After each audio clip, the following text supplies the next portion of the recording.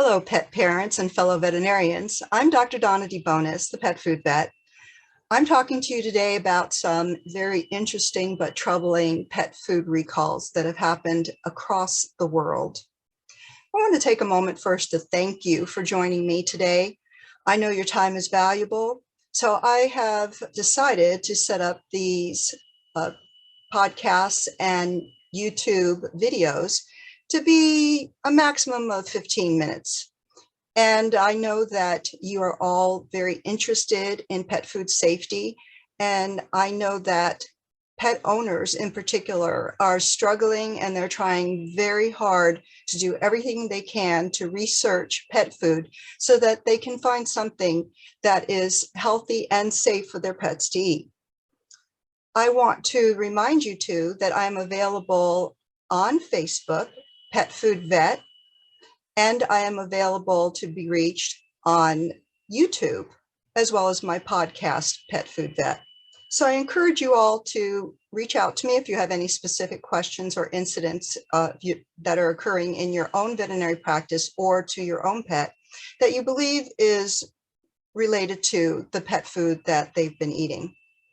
So with that, I'd like to start with some pet food situation that occurred just a couple of days ago. And this one in particular hit home for me. Now, let me tell you why. It occurred in a pet food company that is local, fairly local here to me, about 2 hours away. I live on Whidbey Island in Washington State, and this pet food company is called Wet Noses Dog Food. It's available at PetSmart, and the situation is that it is listed as a human grade pet food, which means that it is made from products that are edible for humans. And again, I've told all of you several times that there is pet food supply chain that's called animal feed, and the human grade food, which is what we get. So the important thing to understand here is that animal feed is not very closely regulated, and there are situations where there are toxins in that food, and the feed mills and facilities that produce the food are not shut down. They're not penalized. They're not fined. So the situation here in Washington State is that the pet food company produced pet food. They put out a recall from the FDA. It's a voluntary recall that stated that the food was too high in vitamin D. Now, if you look back on pet food recalls and see a list of the typical situations that cause a recall, elevated or high amounts of vitamin D are fairly common. So quite frankly, there is absolutely no reason at all that a pet food company should have a recall for vitamin D. All they have to do is test their vitamin, mineral ingredients. They only need to test those amounts and make sure those concentrations are what the company told them. So to back up a little bit and tell you how that works, when a product comes into a facility, it comes in with a certificate stating certain criteria about that product. For example, vitamin should come into the facility with a certificate stating what the concentration of the vitamins are in the actual supplement. So somehow there was a miscommunication. If you go to the FDA website and look at this recall, it says specifically there was a miscommunication about the concentration of vitamin D. So too much was added to the food.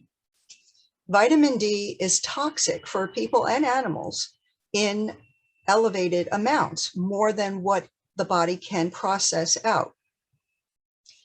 And so consequently, animals can die, and they will die. from too much vitamin D in their food. So that is my first recall that I want everyone to think about. Something as simple as vitamin D, something as simple that could be tested and checked prior to use in the food and before the food is released from the facility. The batch should be checked for all these levels. These are common recalls.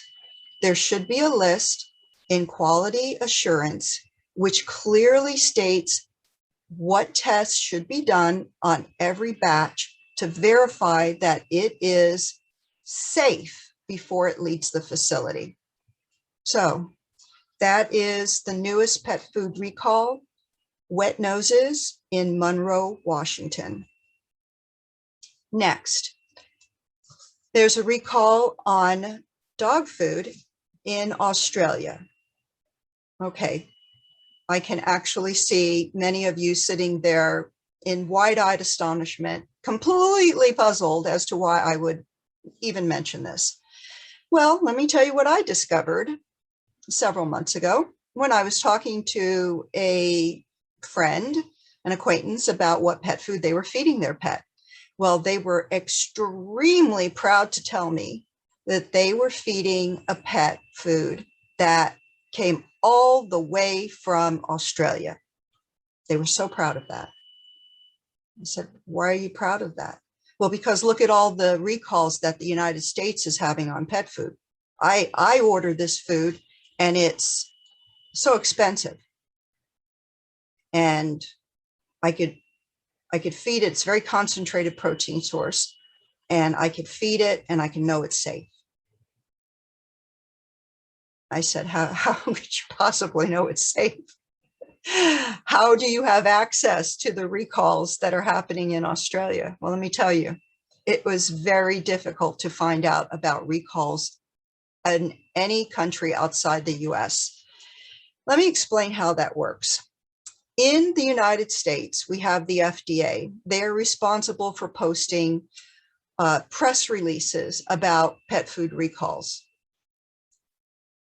I will tell you that this does not happen real consistently. Even the FDA pet food recalls do not come up immediately in all of the places where I have set up to find pet food recalls. For example, the AVMA website. As veterinarians, you know that you can go to the AVMA website and it will list the pet food recalls on a page, and you can even access a widget on that web page and it will alert you. That's not good enough.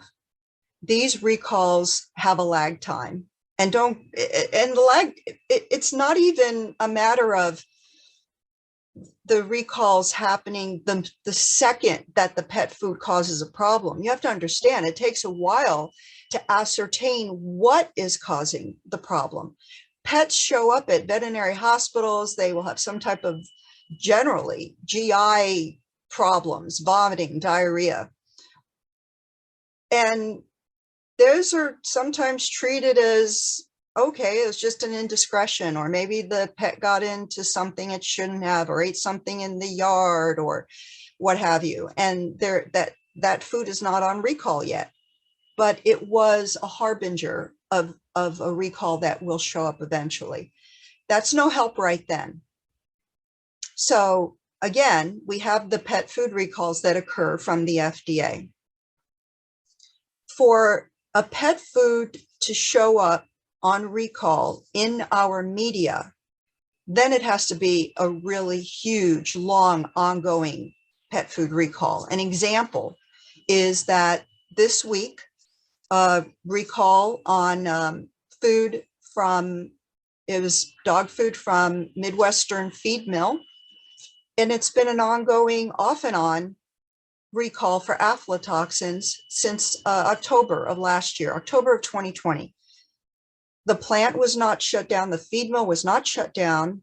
There was no fines instituted, nothing. They still are producing food that has aflatoxin showing up periodically in the food. They're releasing it from their facility and animals are dying. They themselves are not even doing the testing at their place before they're releasing the food to the general public for consumption by their by your pets. And they know they have a problem. So here we have a situation where the media has gotten involved and is talking about the fact that there is a recall going on for aflatoxin. And it's been going on for months. So now they're going to mention it. Meanwhile, they stated around 130 pets died. When I first brought this to the attention of the public on my podcast, I had stated that at that time, it was back in January, about 80 pets had died. So at least 50 more pets have died. At least. How many veterinarians out there right now are aware of this recall, aware of the signs that aflatoxin causes in the dogs who've eaten this food, are asking the pet owners what food they're feeding? What pet owners can state unequivocally, I know what I'm feeding my pet and it's this lot number. I mean, it's heartbreaking. It's heartbreaking because you know there has to be more pets that have died. You know there have to be more pets that are ill. You know that this is an ongoing problem and there seems no end on the horizon. So we have aflatoxin in the United States at a feed mill, Midwestern, gone on since October of 2020. Still happening, and it finally hits the media. Now, what does it take for a pet food recall to hit the media from, I'm talking the United States media, from Australia? Well, it's not. It's not going to hit the media. There's been no one who has alerted pet owners who are buying food from other countries that their food might be on recall. They have to depend on whoever shipped them that food. And by the way, you can get this food through many of the internet companies right now. You know what you can buy anything on the internet through Amazon or Chewy. Come on, you can get any pet food right now that you want from another country very easily. And it might even ship no fee for shipping. So what's being done to protect our pets? How do pet owners know and understand? How do we explain to pet owners, just because they don't hear about pet food recalls from other countries, that other countries are not having them, that other countries have pet food that's unsafe? So I'm going to go into detail right now and tell you about the 2 pet food recalls that came up in the past couple of weeks from other countries. And this is going to be at the veterinary level, but suffice to say that you can find out more information about these pet food recalls from my Patreon channel, Pet Food Vet. And you can also, again, contact me directly. And I can give you this information and tell you exactly which companies are having the problems. So to start with, let's talk about Australia. There is a dog food. It's supposed to be a beef origin dog food that is produced in Australia. And there shouldn't have been any problems. This is a feed mill that says, hey, we have a super premium food. This food is great to feed your dogs. We have a raw dog food here for you. And there's a lot of people who right now are going on to the raw dog food plans for their pets. So this feed mill is producing this dog food.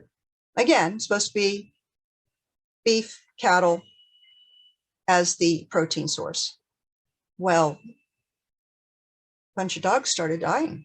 very quickly in one small area of the country of Australia. And they were able to localize the dog food coming from this particular feed mill. Now, let me tell you about this. Turns out that it was not beef that was in all of the foods. Some of the food was contaminated with horse meat. Quote, we did receive some protein meat, couldn't necessarily identify it as being horse meat from the knackers. So in other countries, they refer to the renderers as the knackers. That's Knackers. So the company said, we received our protein in from the knackers. We took it on face value that it was beef. We formulated our diet. We pushed it out there.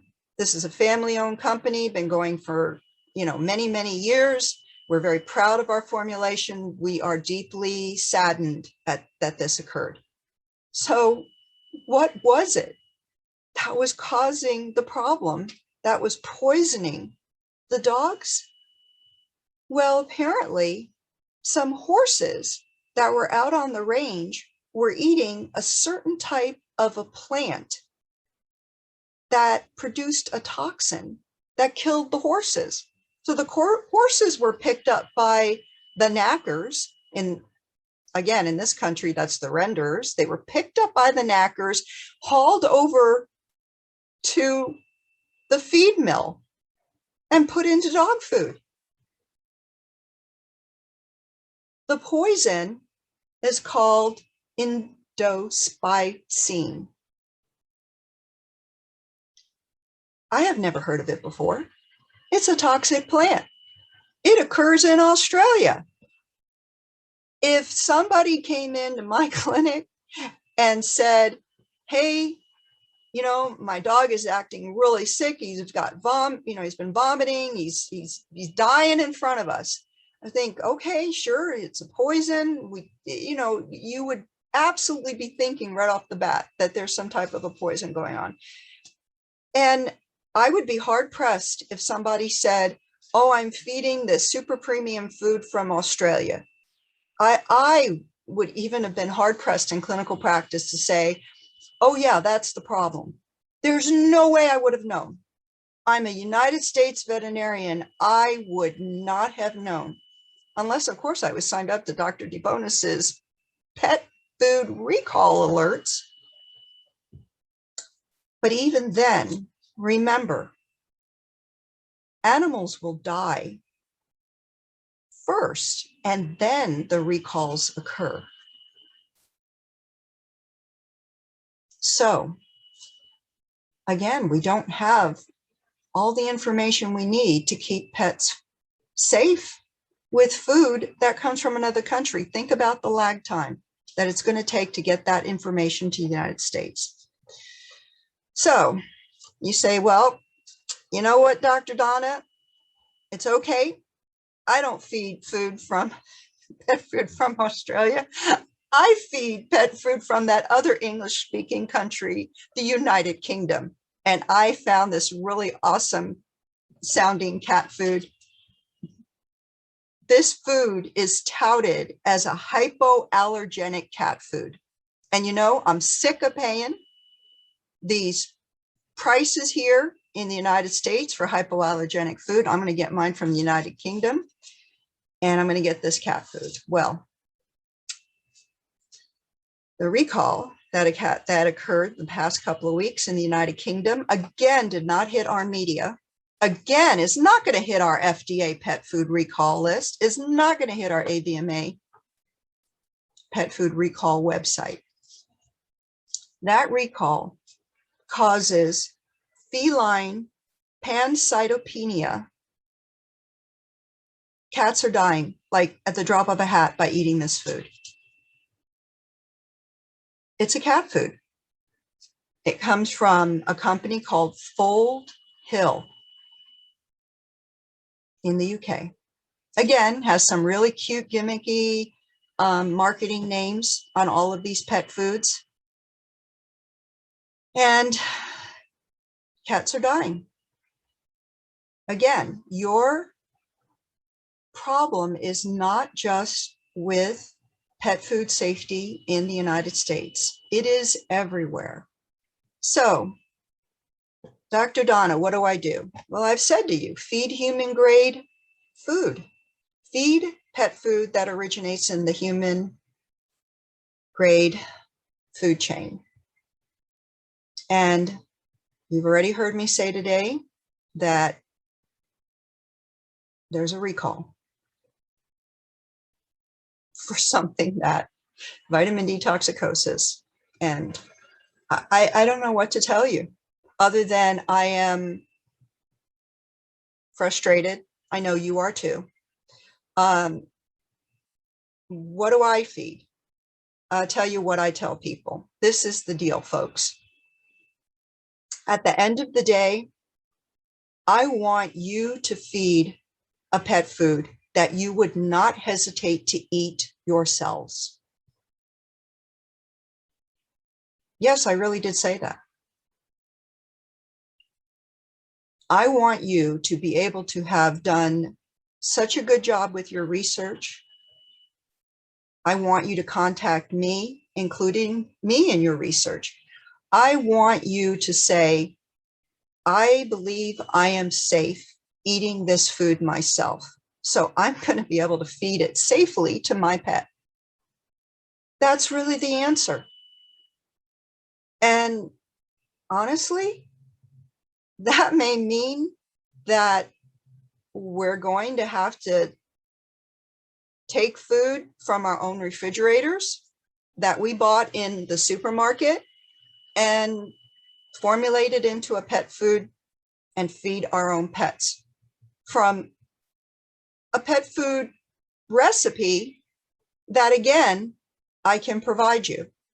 And by the way, even though I am not board certified in vet nutrition, I absolutely do have resources to provide a safe pet food recipe that will be healthy. Likewise, all of your veterinarians can do the same thing. We have the resources. Most importantly, there is an actual whole community of board certified veterinary nutritionists that we rely on and that we can afford to rely on to provide these recipes for us. The recipes are available online. Recipes are available with consultation to veterinary specialists as well. So you should take advantage of that. But at the end of the day, I believe that we as a community of pet owners and veterinarians will have to come together and we'll have to demand that pet food is made safe, that places that have pet food recalls have to have their recalls, the reasons for their recalls, gotten under control immediately, or they get fined or shut down.